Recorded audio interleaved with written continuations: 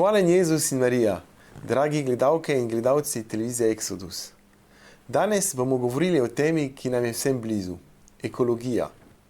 Z encikliko papeža Frančiška Laudato Si nas katoliške kristjane spodbuja, da postanemo ekološki dejavniki za zaščito našega planeta.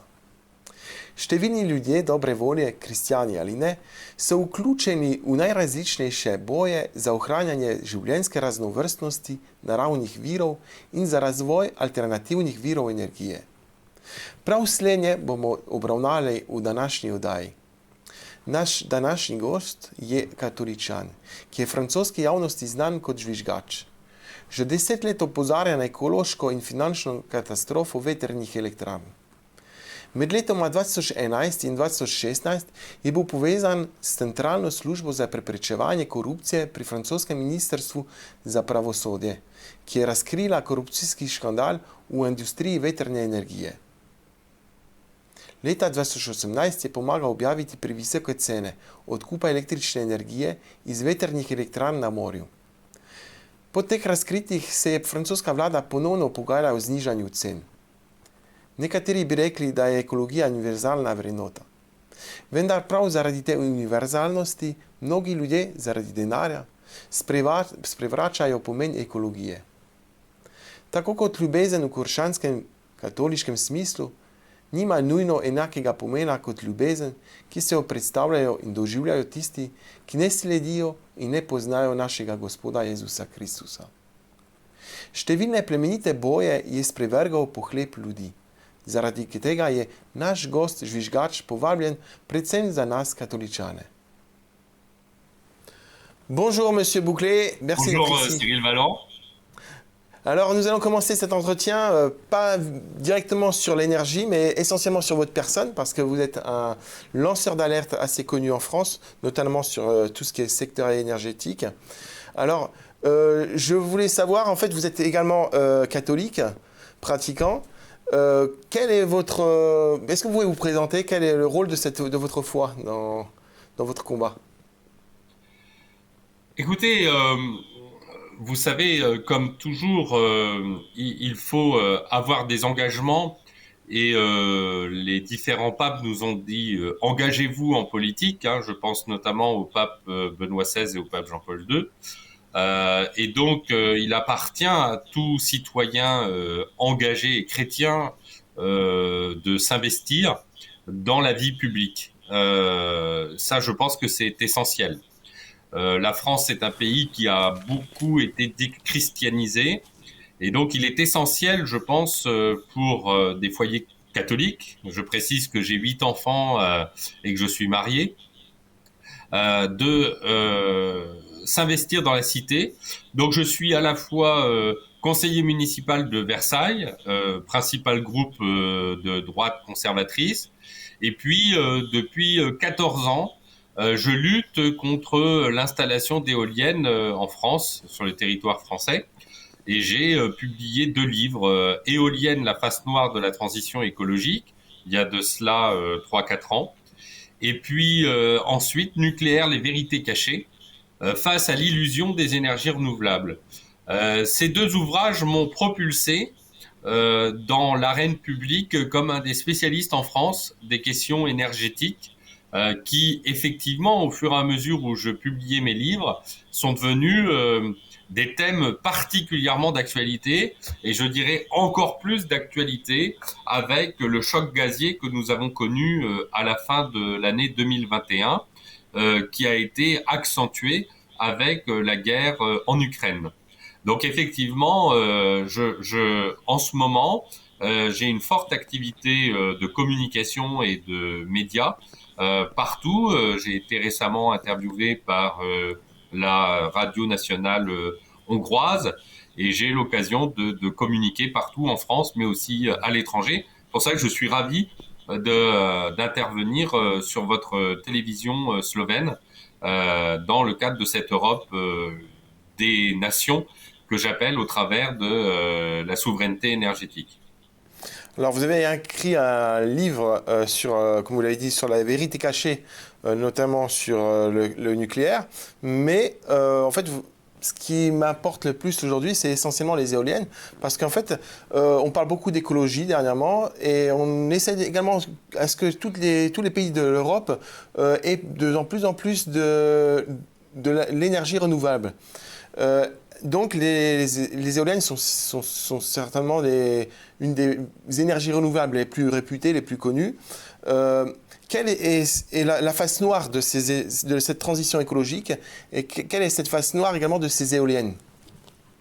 Voilà, vous me posez une question extrêmement large, mais je vais vous répondre sur l'actualité la plus récente, et après je rentrerai dans le détail. Il faut comprendre que dans les années 2000, l'Allemagne est partie dans une logique de ce qu'ils appellent une optique doctrinale et démagogique qui s'appelle l'Energiewende. L'Energiewende, c'est la transition énergétique ou la transition écologique. Ça suppose la sortie du nucléaire. Donc, ils ont annoncé, Angela Merkel a annoncé la sortie du nucléaire. Et ça suppose le développement des énergies renouvelables, en particulier des éoliennes, sachant que l'Allemagne est un des principaux fabricants d'éoliennes et que l'industrie éolienne allemande représente environ 200 000 emplois.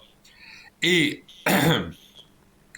pour développer cette Energiewende, l'Allemagne a mis en place tout un tas de lobbies, notamment le lobby Agora Energiewende, et tout un ensemble de structures de lobbying partout en Europe, et en particulier à la Commission européenne.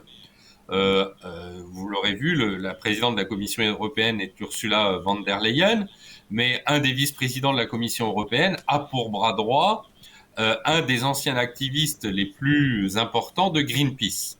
Actuellement, l'Allemagne a nommé comme vice-ministre des Affaires étrangères dans le gouvernement Grünen la cheftaine monde de Greenpeace International qui s'appelle Jennifer Morgan. Et donc, si vous voulez, l'Allemagne a réussi à infiltrer la Commission européenne et toutes les institutions décisionnelles dans l'Union européenne pour contraindre les autres pays de l'Europe avec des directives européennes et donc contraindre les autres pays de l'Europe à développer les énergies renouvelables. Sachant que le modèle d'Energiewende allemand, il était basé sur une alliance avec la Russie, avec notamment Gerhard Schröder qui l'avait développé depuis des années, qui consistait à dire quand les éoliennes ne tournent pas, ou quand les panneaux solaires n'ont pas de soleil, eh bien nous fabriquerons de l'électricité avec le gaz russe. Évidemment, toute cette organisation d'Energiewende est un échec retentissant, parce que non seulement l'Allemagne, qui a choisi ce modèle de sortie du nucléaire, qui est une électricité décarbonée, mettre en place des éoliennes intermittentes qui supposent un support au gaz ou au charbon désormais, eh bien l'Allemagne émet 400 à 500 grammes de CO2 par kilowattheure produit, si tant est que la question des émissions de gaz à effet de serre était un élément important pour sauver le climat. Mais la France, qui a une électricité décarbonée grâce à ses centrales nucléaires et ses barrages, qui représentent 80% de son mix électrique, n'émet que 40 à 50 grammes de CO2 par kilowattheure produit. Et on le voit, l'Allemagne, qui a été privée du gaz russe avec la guerre en Ukraine, se retrouve à devoir faire fonctionner les centrales à charbon à plein, avec même des villages qui disparaissent pour pouvoir développer les mines de charbon. Et donc vous voyez, c'est tout ce paradoxe auquel l'Union européenne est confrontée, d'un pays qui se croit le pays modèle en Europe pour son mix électrique, mais qui en fait est le pays le plus pollueur de l'Union européenne, qui veut imposer à ses pays voisins son modèle d'Energiewende en dénucléarisant ses voisins et en imposant des éoliennes intermittentes qu'elle construit. Et en fait, ce modèle-là, il est en train d'exploser. Et je suis en France un des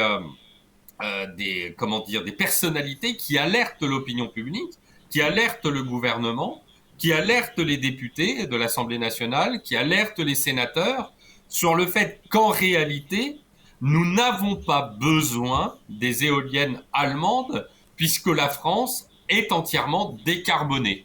Et je crois que c'est déjà un des gros points noirs de ces éoliennes que vous voyez sur l'écran, c'est que ces éoliennes, déjà, elles sont soumises à un lobbying d'enfer des Allemands, mais en plus, c'est le point noir le plus important. Comme les éoliennes sont intermittentes, hein, vous pouvez tous le voir, vous en avez assez peu en Slovénie, et je vous conseille fortement de ne pas en installer, parce que vous êtes un pays qui vivait du tourisme, de la qualité de vos paysages.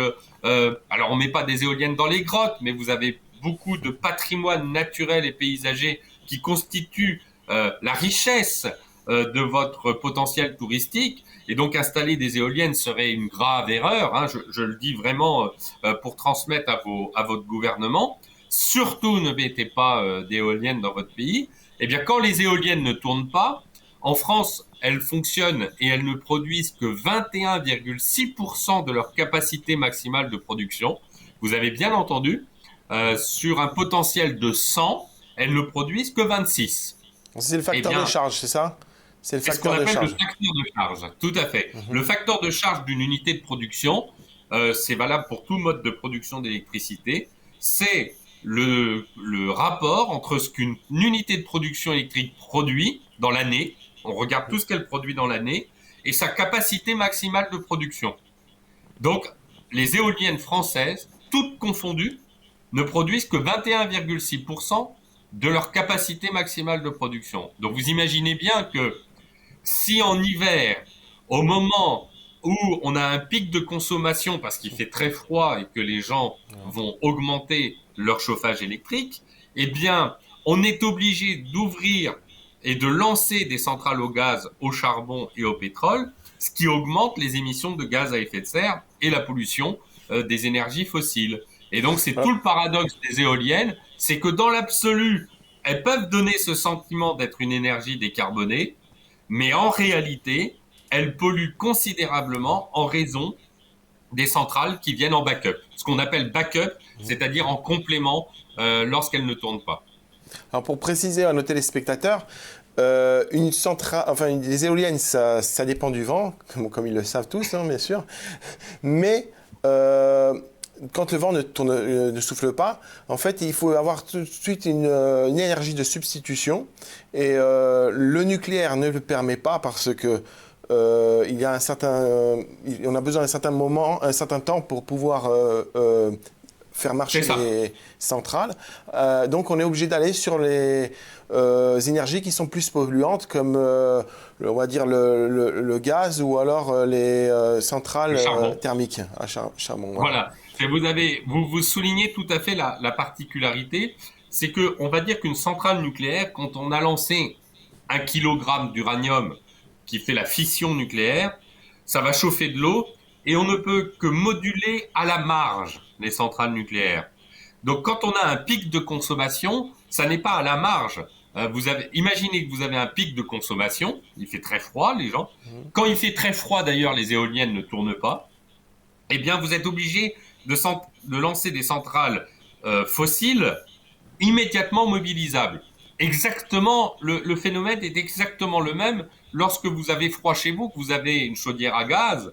Eh ben, si vous avez froid, vous allez tout de suite appuyer sur le bouton et puis la chaudière à gaz va tout de suite alimenter immédiatement plus de chaleur. Donc, c'est exactement le phénomène qui se passe. Mais si vous le cumulez à l'échelle d'un pays, voire à l'échelle de l'Union européenne, eh bien, ça peut avoir des effets catastrophiques. Et c'est pour ça que l'Allemagne est un pays extrêmement polluant, puisque les centrales au charbon allemandes polluent l'Union européenne et que on a un paradoxe fou de l'Allemagne qui est censée avoir un modèle vertueux qui fait croire qu'elle est le monstre écologique qui veut imposer son modèle à tout le monde, c'est-à-dire qu'il y a le bonnet d'âne en Europe pour ses émissions de gaz à effet de serre, qui veut imposer son modèle au reste de l'Union européenne. On est dans l'incroyable contradiction que c'est le mauvais élève vraiment le dernier de la classe de l'Union européenne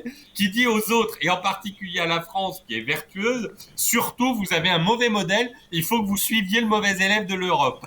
Voilà. Voilà Alors, où on en est aujourd'hui et c'est terrifiant. alors, vous avez dit que les éoliennes ne tournaient pas quand il fait froid. Alors, est-ce que vous pouvez donner, est-ce que vous savez peut-être la température, à partir de combien de degrés les éoliennes ne tournent pas? Ah, c'est une question d'anticyclone, c'est pas une question de température. Ah Mais si ah. vous voulez, l'hiver, de manière générale, vous avez des conditions météorologiques au moment où il fait froid, où il y a moins de vent. D'ailleurs, ça a été le cas, par exemple, au Texas, où il y a eu, pendant l'hiver, une pénurie d'électricité et des blackouts.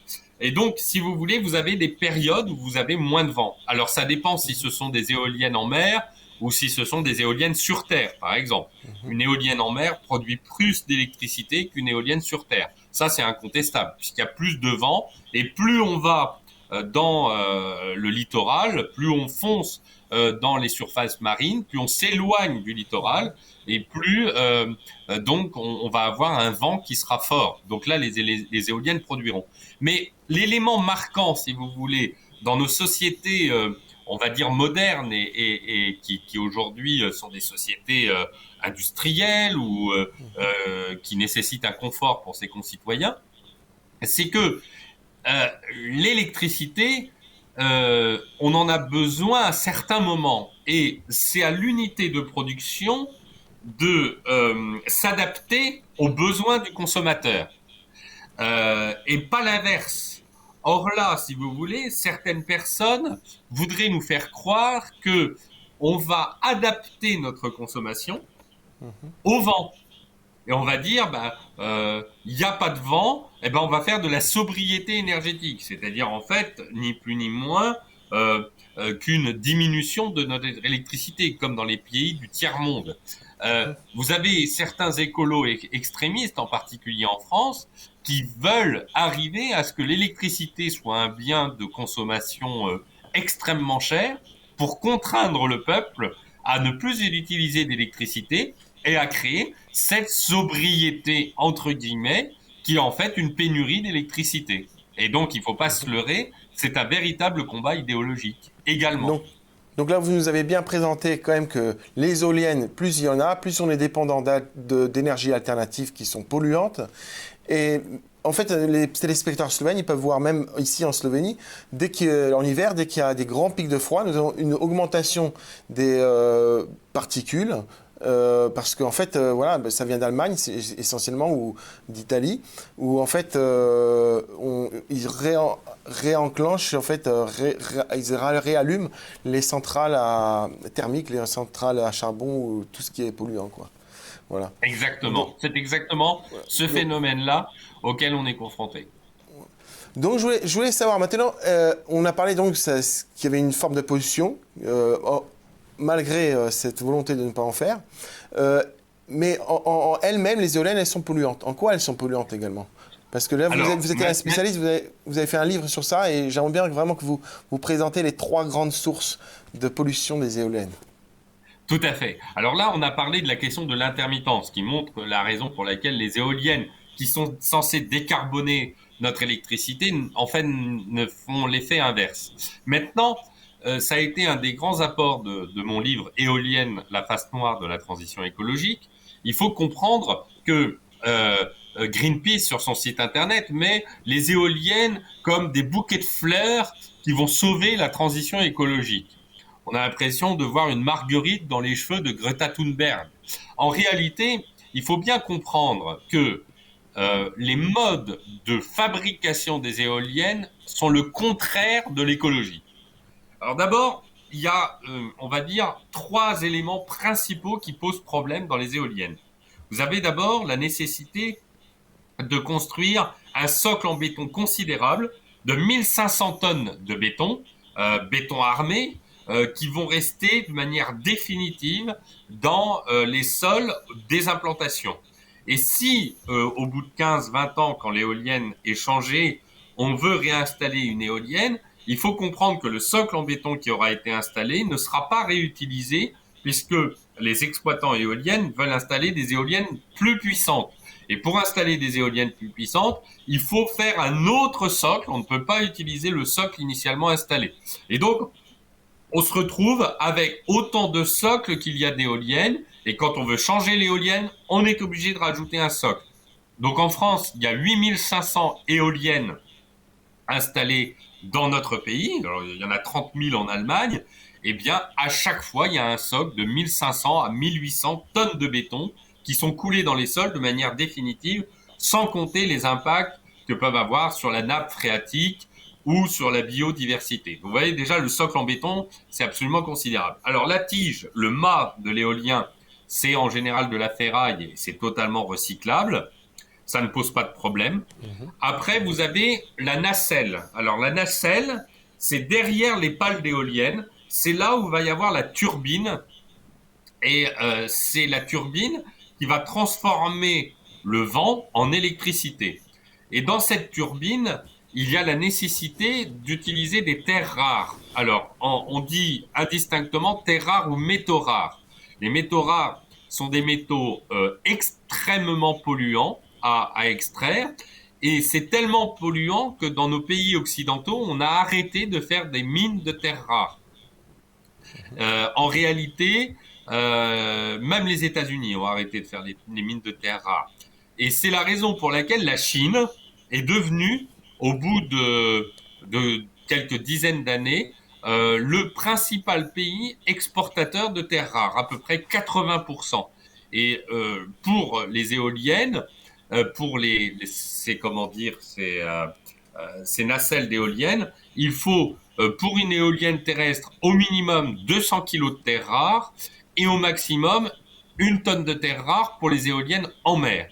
Donc si vous voulez, c'est tellement polluant parce qu'on va charrier des tonnes et des tonnes et des tonnes de terre, notamment en Chine, en Mongolie, à Baotou, qui est le lieu névralgique de l'extraction de terres rares. Et cette terre, on va la passer à 10 bains d'acide oxalique et sulfurique.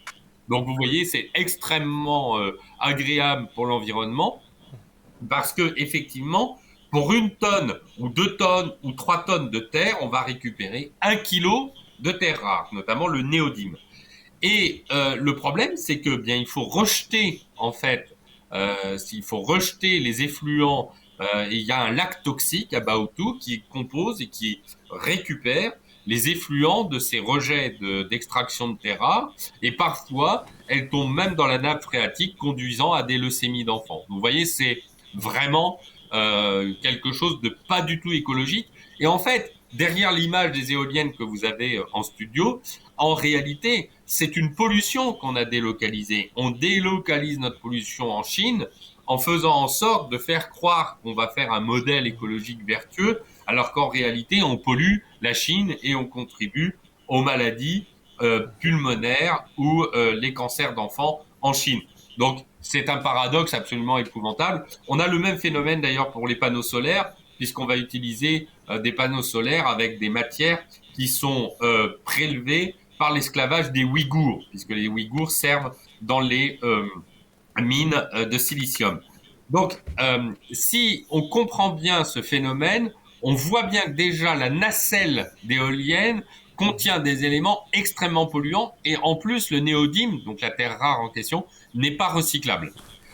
Puisqu'en fait les unités de recyclage n'existent pas parce qu'il est moins cher de produire du néodyme en brut de premier niveau que de faire un recyclage de ce néodyme. Et enfin, vous avez la pale d'éolienne, donc c'est les 3 pales qui font entre 80 et 100 mètres de long, qui sont en réalité des pales en époxy ou en fibre de carbone pour être très dures et à la fois très légères. Hein. C'est la même matière qui est utilisée pour les avions, qui va donc, ces 2 couches d'époxy et de fibre de carbone, qui va prendre en sandwich une fine couche de balsa. Donc, si vous voulez, vous avez d'abord le balsa, qui va être un bois absolument nécessaire pour les pales d'éoliennes. Alors, le balsa, il faut bien comprendre que il y a une particularité, c'est que c'est un bois très léger et que les cultures de balsa qui sont dans les forêts amazoniennes sont tellement insuffisantes que vous avez des extractions de balsa sauvages qui contribuent à la diminution du massif forestier amazonien en Équateur. Donc, donc, on se retrouve dans un paradoxe fou que pour fabriquer des pales d'éoliennes qui sont censées sauver la planète, on va extraire et détruire le fossile forestier amazonien, qui justement est un puits à carbone, et détruire la nature amazonienne.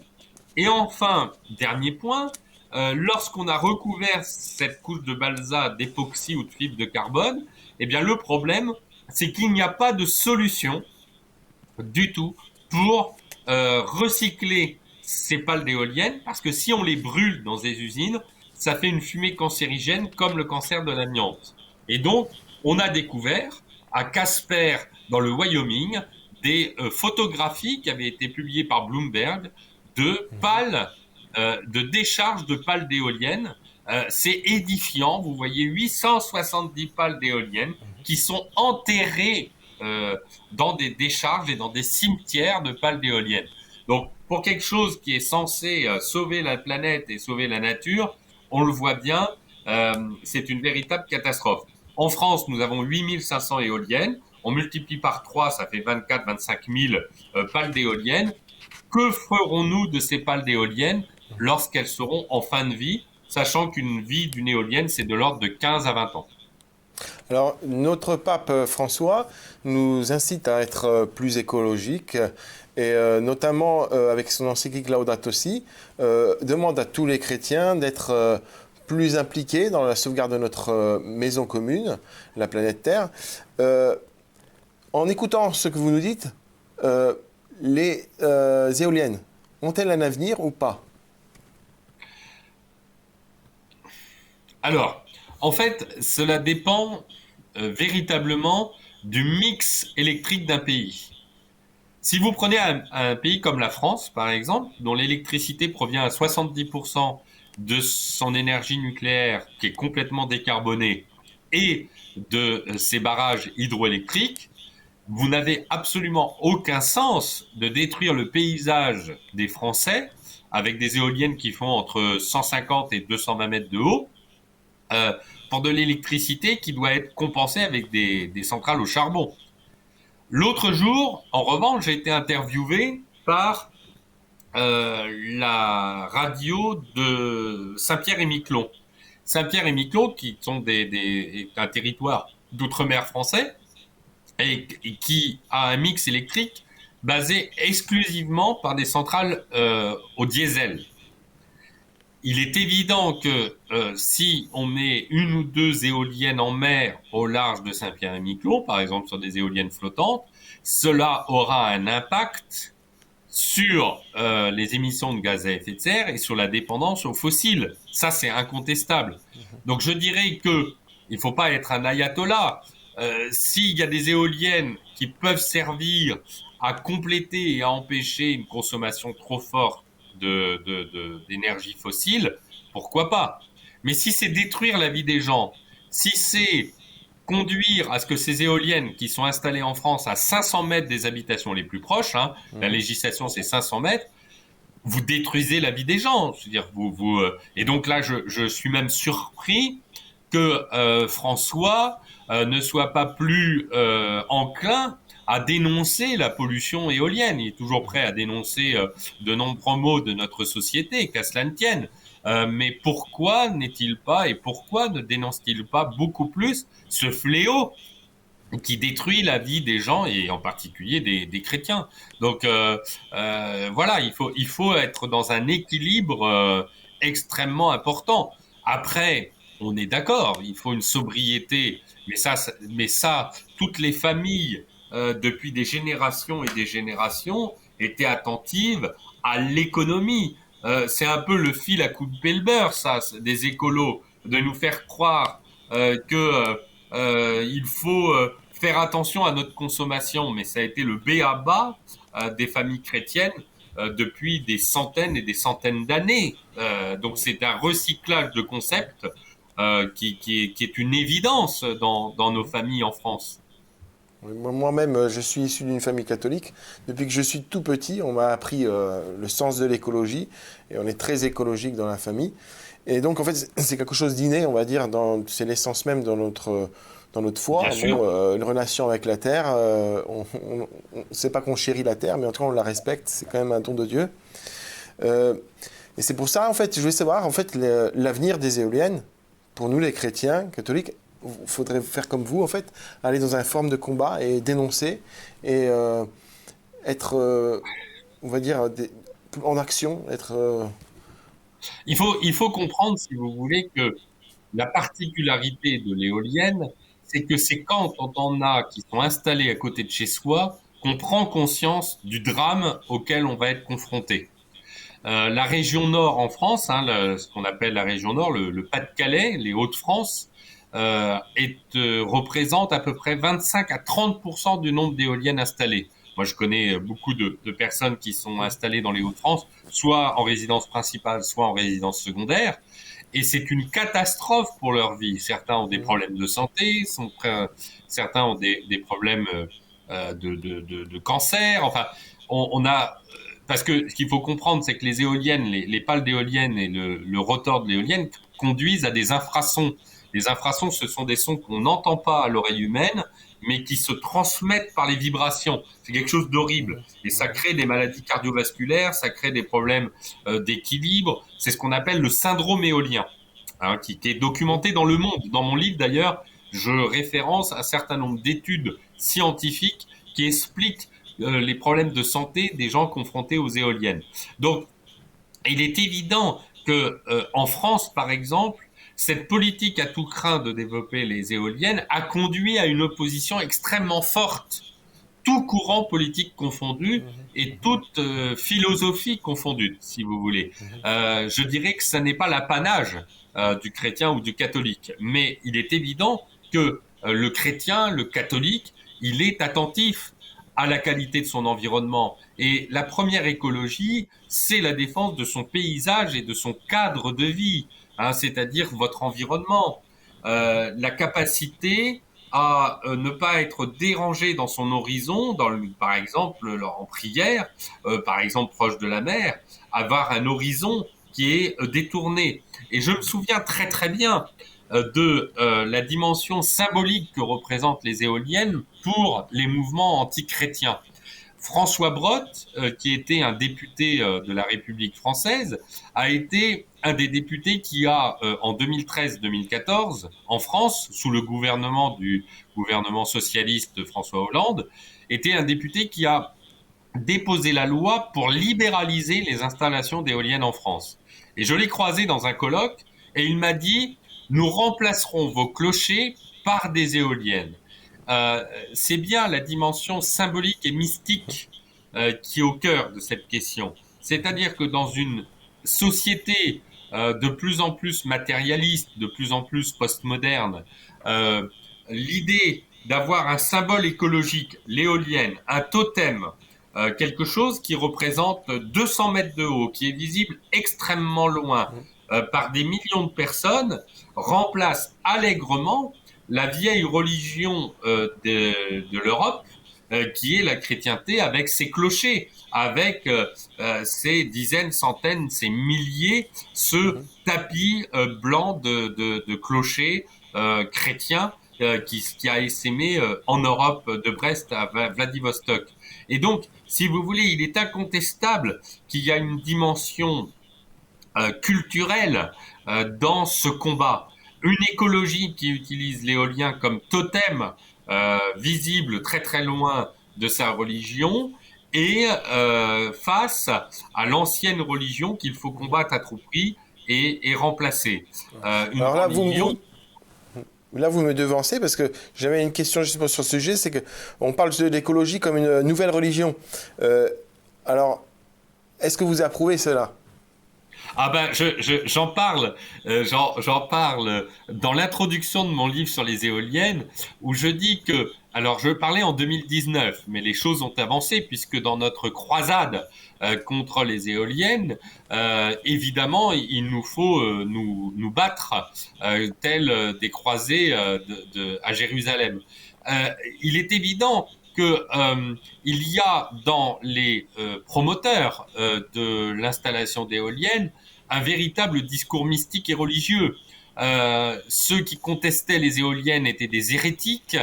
Ils avaient même des enfants de cœur. Je pense à Greta Thunberg, un véritable dogme. Les éoliennes vont sauver la planète. Hein, c'était posé comme un dogme. Et avec des prêtres. Je pensais à François Brotte, dont je vous ai parlé tout l'instant. Donc, une véritable liturgie, une véritable mystique autour de ce combat. Et en fait, en réalité, la face noire de la transition écologique, non, le nom de mon livre, hein, Éolienne, la face noire, c'est aussi l'expression de ce que c'est un combat quasi religieux, si vous voulez. Mais c'est pas moi qui le dis, hein. Je rappelle, c'est François Brotte qui m'a dit, qui a donné cette tonalité religieuse. Et on voit bien que il faut sauver la planète. Si vous regardez les incantations et les prières, il faut sauver la planète, il faut sauver le climat, il faut installer des énergies renouvelables pour sauver le climat. Eh bien, il y a quelque chose de dogmatique et seule la vérité permettra de combattre le dogme. Et moi, je suis très... je me suis rendu compte que j'étais très orwelliste. Je vais utiliser un néologisme, donc en reprenant le George Orwell dans 1984. George Orwell disait dans 84, il disait, dans cette période de troubles généralisés, dire la vérité est un acte révolutionnaire. C'est très intéressant. Et donc, mon bouquin sur les éoliennes, c'est à la fois un livre contre-révolutionnaire de cette mystique écologique dont la vocation est de détruire l'ancien monde pour lui offrir un monde postmoderne terrible. Hein, on voit bien qu'on est dans un combat qui est de cet ordre-là. Et c'est tout à fait passionnant. C'est-à-dire qu'on a évidemment des choses rationnelles que l'on doit appuyer pour expliquer pourquoi en réalité les éoliennes sont une imposture, une véritable imposture, et on doit casser. Et depuis 3 ans, la sortie de mon livre, en France, cette idéologie ou cette religion écologique subit de plein fouet les éléments de vérité que j'ai apportés et qui sont incontestables. Alors, là, on peut en revenir justement à votre dernier livre, parce que en fait, on revient aux vérités cachées justement du nucléaire. Alors, pourquoi de passer à l'éolienne au nucléaire? Quelles sont ces vérités cachées? Parce qu'en fait, l'antithèse de dire que les éoliennes sont polluantes, ça serait quoi? Ce serait le nucléaire? Tout à fait. Et vous avez parfaitement raison. Les titres de mes livres et même la couverture se renvoient dans une sorte de négatif artistique. Éolienne, la face noire de la transition écologique, avec une éolienne placée derrière un soleil couchant, donc la fin de l'éolienne, face à un renouveau du nucléaire qui est représenté par une tour aéro-réfrigérante de centrale nucléaire avec un arc-en-ciel qui symbolise justement la relation entre la Terre et le monde du divin. Il faut bien se souvenir de cet aspect-là. Et puis, il n'y a que des arcs-en-ciel lorsqu'il y a de l'eau. C'est que par une mystique et une propagande systématique d'associations comme WWF ou Greenpeace, eh bien, ou la Ligue de protection des oiseaux, par exemple, on a fait croire que le nucléaire était polluant. Alors certes, le nucléaire est dangereux, ça, puisqu'on touche à l'atome par rapport à l'utilisation de ce qu'on appelle l'atome d'uranium-235, qui est le seul atome qui peut se casser en deux. Voilà, donc on va au cœur de l'atome et cet atome peut se casser en deux.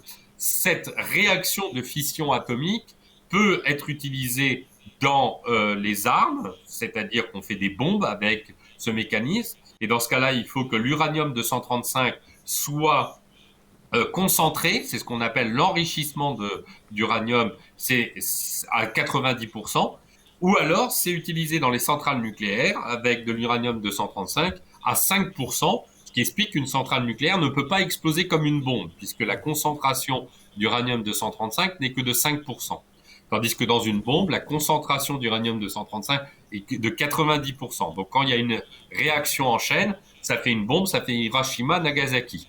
Par contre, l'uranium-235 dans une centrale civile n'est pas dangereuse. Bon, ça, le danger, il a été instrumentalisé par les associations anti-guerre dans les années 70, au moment de la guerre au Vietnam. Donc, tout ça est consigné dans mes livres. Il faut comprendre que si on part du paradigme que les émissions de gaz à effet de serre ou les particules fines constituent un problème pour nos sociétés, et c'est un problème, puisque les centrales au charbon conduisent à 10 millions de morts prématurées par an, selon une étude d'Harvard dans le monde. Évidemment, une centrale nucléaire, par térawattheure produit d'électricité, conduit à 0,04 morts par térawattheure produit, alors que les centrales au charbon conduisent à 100 morts par térawattheure produit. Et donc, effectivement, on a tous à l'esprit les catastrophes de Fukushima, qui n'est pas une catastrophe nucléaire, mais qui est un tsunami, et la véritable catastrophe nucléaire, qui est celle de Tchernobyl, avec un vieux modèle de centrale nucléaire russe qui n'existe quasiment plus, à 2 ou 3 exemplaires dans le monde, eh bien, effectivement, la centrale nucléaire permet d'avoir une électricité décarbonée sans rejet dans l'atmosphère, s'il n'est un petit peu de vapeur d'eau qui ressort de ces tours aéro-réfrigérantes. Et c'est pour ça que j'ai utilisé l'arc-en-ciel, parce qu'il n'y a d'arc-en-ciel que là où il y a de l'eau. Si vous prenez des fumées de centrales au charbon, vous n'aurez pas d'arc-en-ciel. Voilà. Donc, si vous voulez, effectivement, le livre Nucléaire, les vérités cachées est un livre dont la vocation est de donner les éléments de compréhension du pourquoi les centrales nucléaires sont l'avenir de l'humanité par rapport à la problématique de pollution. Mais ça n'est pas un problème, ça n'est pas une solution miracle. Ce que j'explique dans mon bouquin avec une certaine lucidité et un certain discernement, c'est que aucune solution de production d'électricité, et j'utilise encore un terme religieux, ne relève de l'immaculée conception. Ce qu'essayent de nous faire croire les écologistes, c'est que les éoliennes seraient des communiants blanches qui allaient sauver la planète. Mais ça, c'est faux. Et de la même manière, le centrale nucléaire n'est pas sans défaut. Il faut donc prendre tous les modes de production de l'électricité, les comparer les uns avec les autres par rapport à leurs défauts, par rapport au nombre de morts qu'ils produisent par térawattheure produit, par rapport aux impacts sur la biodiversité, par rapport aux surfaces utilisées, regarder les avantages et les inconvénients. Et quand on fait ce travail-là de discernement, on se rend compte que le nucléaire, les centrales nucléaires et surtout les centrales nucléaires de seconde, troisième ou quatrième génération apportent des solutions incontestablement fortes pour le confort de nos concitoyens. Alors, on va toucher encore un deuxième sujet, parce qu'en fait, les Slovènes, ils se disent l'éolienne, on n'en a pas encore, donc ça ne nous concerne peut-être pas trop, mais en fait, comme on a vu tout à l'heure, l'Allemagne en a énormément, et donc ça engendre de la pollution, mais ça va également engendrer des augmentations de prix. Et donc, je voulais faire une petite comparaison par rapport à l'Allemagne et la Slovénie. La France et la Slovénie. Donc en 2020, la Slovénie produisait en électricité 16 298 gigawattheures. Et la consommation, elle était de 13 447 gigawattheures. Nous avons en cela une similitude avec la France. Nous sommes excédentaires. Pourquoi, comme en France, l'électricité devient plus chère? Pourquoi cet effet, depuis quelque temps, se fait? Alors ça, c'est une question fondamentale. Éric Valland. Vraiment fondamentale. Cyril Valland. Il faut revenir de l'histoire en arrière. En 2021, alors d'abord, c'est pas la guerre en Ukraine. On va arrêter ce cinéma-là. Tout ça, c'est de la propagande de Macron, du président Macron, pour cacher ses erreurs politiques majeures de 10 ans où il a été ministre et président de la République française.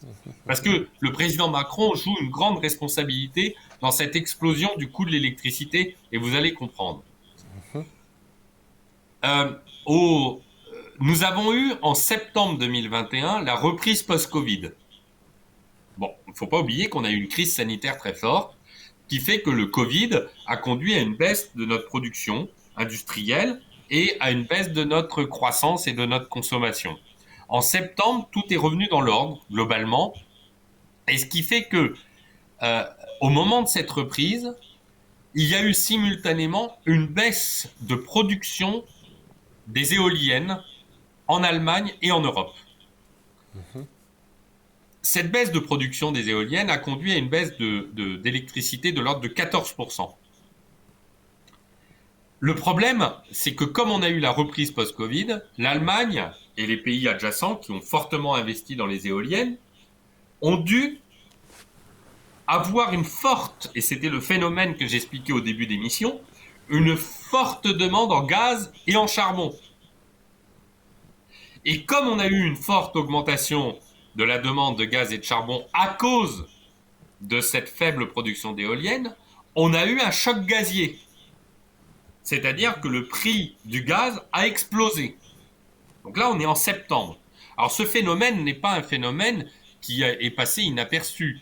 Dans Newsweek, en octobre 2021, il y a un journaliste américain qui a expliqué pourquoi les éoliennes conduisent au choc gazier et pourquoi l'Amérique ne doit pas suivre le modèle européen. C'est tout à fait intéressant, hein, octobre 2021. On n'est pas en guerre hein, à ce moment-là. Et il faut comprendre que on a uniformisé le marché de l'électricité en Europe, c'est-à-dire qu'on a créé un réseau interdépendant de tous les pays européens. Et ce réseau interdépendant fait que le prix de l'électricité de marché, ce qu'on appelle le prix spot, dépend de l'unité de production la plus chère.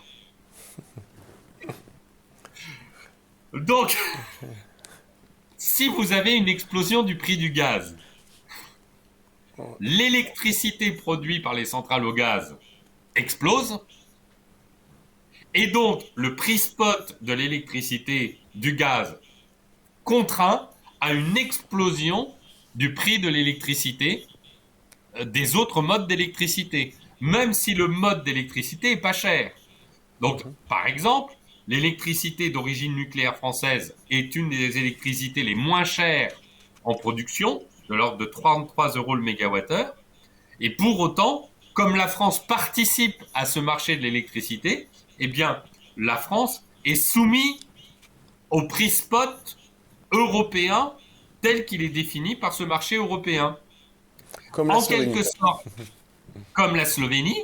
Comme la Slovénie est dans ce marché européen de l'électricité, quand l'Allemagne tousse, eh bien vous avez une pneumonie. Voilà, et nous aussi. Donc, qu'est-ce qui s'est passé? C'est que cette explosion du prix du gaz a conduit à un renchérissement du prix de l'électricité. Et à ce moment-là, ça devenait plus intéressant pour les Américains de vendre leur gaz liquéfié, leur gaz de schiste liquéfié. Leur gaz de schiste liquéfié qui vient par méthanier, par bateau méthanier. Et donc, cette guerre en Ukraine, elle était intéressante parce que elle avait ceci qui pouvait avoir un intérêt, on va dire, pour les producteurs d'énergie, c'est qu'en coupant les gazoducs Nord Stream 1 et Nord Stream 2 qui étaient entre la Russie et l'Allemagne, en coupant les relations bilatérales entre l'Europe et la Russie, eh bien, nous avions également une baisse de l'influence russe sur l'Europe, mais aussi la possibilité pour les Américains de vendre leur gaz de schiste qui devenait compétitif, y compris en le déplaçant par méthanier. Donc, en réalité, la guerre en Ukraine n'a fait qu'augmenter un phénomène antérieur qui avait été entamé en septembre 2021. Et donc, on a eu cette crise du gaz qui a continué à se développer avec la guerre en Ukraine, qui en fait en a accentué le phénomène, à telle enseigne que deux pays de l'Union européenne, le Portugal et l'Espagne, ont demandé à sortir du marché européen de l'électricité. Ils ont demandé à la Commission européenne de sortir du marché européen de l'électricité. Et d'ailleurs, c'est très intéressant. alors que le prix spot de l'électricité est passé à 500 euros le mégawattheure. Donc, pour expliquer aux téléspectateurs que avant la crise, le tarif spot était de l'ordre de 50 euros le mégawattheure, à peu près en Europe, un peu plus en Allemagne, mais nous en France c'était de l'ordre de 50 euros le mégawattheure. Eh bien, le Portugal et l'Espagne sont sortis du marché européen et ont vu le prix spot de l'électricité chez eux passer de l'ordre de 100 à 120 euros le mégawattheure. Donc, quand même nettement moins que les 500 euros le mégawattheure. Ouais. Donc, en réalité, même si vous êtes un pays exportateur, vous êtes soumis, vous citoyens, à cette explosion du prix spot de l'électricité générée par la crise gazière allemande. Et Macron, le président Macron, comme il veut cacher qu'en fait, il est à l'origine de la dégradation des sources d'électricité d'origine nucléaire en France, puisque depuis quelques mois, comme par hasard, on a la moitié de nos centrales nucléaires qui sont à l'arrêt, soit pour entretien, soit pour des soi-disant oxydations sur des tuyaux qui vont pas bien. Eh bien, en fait, on a on va dire, une inflation terrible de l'électricité qui est due, en fait, au manque d'anticipation de nos gouvernants. Nos gouvernants sont de vastes incapables, hein, quand même. Il faut quand même le préciser. Hein. En tout cas, pour ce qui est de la France. Je ne me permettrai pas de juger en Slovénie. Monsieur Bouglet, il y a quand même encore un autre sujet qui s'ouvre là, puisque d'ici une dizaine d'années maintenant, il n'y aura que des voitures électriques. L'Union européenne a même fait aussi officiellement les premières mesures pour que d'ici, je crois, 2034, Oui. on ne vende que des voitures électriques. Où est-ce qu'on va? On n'a pas la capacité électrique pour assurer ça. Mais on va dans le mur. Il est incontestable, et je vous le prédis, mais vous savez, dans mon bouquin sur le nucléaire, j'avais prédit l'explosion des factures. Il y a un chapitre, c'est le chapitre 7, j'avais dit baisse du nucléaire égale augmentation des factures et des coupures. Donc, on nous parle de quoi? D'une explosion des factures d'électricité et on nous parle d'une pénurie d'électricité. Bref, un euphémisme pour parler de coupure d'électricité. Pour moi, la première chose, c'est que je ne crois pas à la pérennité du marché européen de l'électricité. Je pense qu'il ne va pas tenir. Ça, c'est un premier point. Le deuxième point, et l'Allemagne vient de faire une volte-face incroyable hier, en annonçant que, contrairement à ce qu'ils avaient évoqué, ils ne prolongeront pas les 3 centrales nucléaires qui étaient encore en activité. Donc l'Allemagne va continuer dans son échec, va continuer à s'enfoncer et va avoir une crise économique majeure.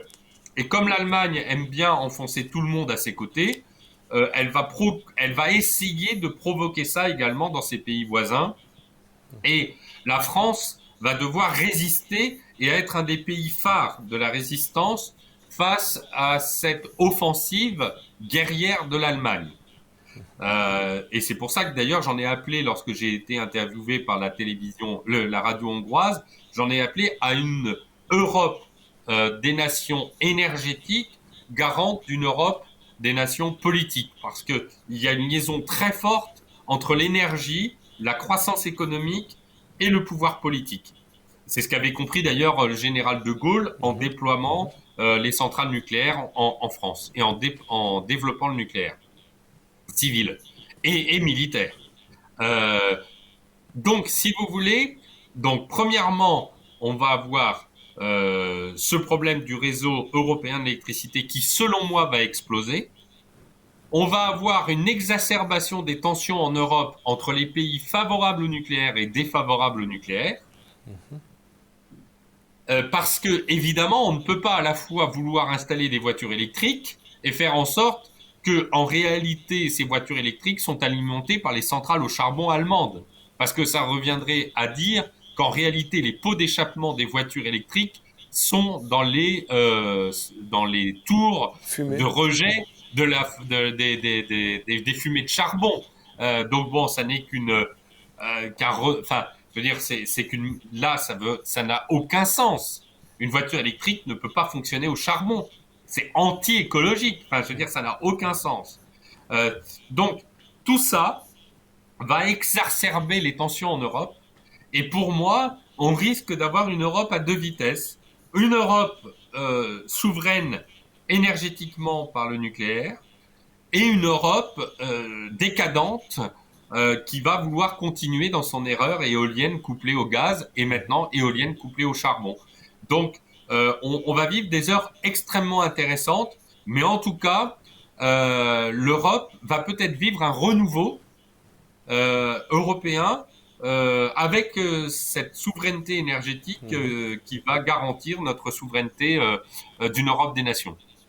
Ce qui est très très important, c'est nous on est tous quand même favorables à une Europe des nations.